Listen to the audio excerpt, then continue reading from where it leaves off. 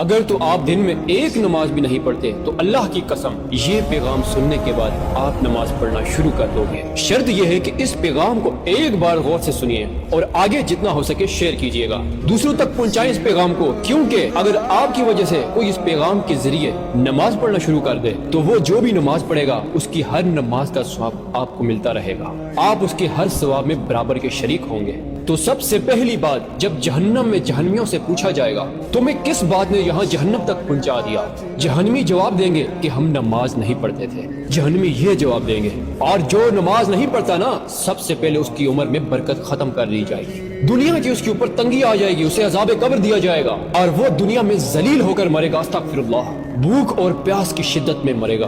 اور جو شخص جان بوجھ کر نماز قضا کرے گا تو آپ نبی کریم صلی اللہ علیہ وآلہ وسلم نے فرمایا اس کا نام جہنم کے کسی دروازے پہ لکھ دیا جائے گا۔ یہ تمام احادیث میں لکھا ہے۔ اس ویڈیو کو، اس پیغام کو اتنا پھیلائیں کہ ہر شخص نماز پڑھنا شروع کر دے، اور اس کا ثواب آپ کو دنیا میں اور آخرت میں دونوں جہاں میں اللہ پاک عطا کرے گا۔ جزاک اللہ۔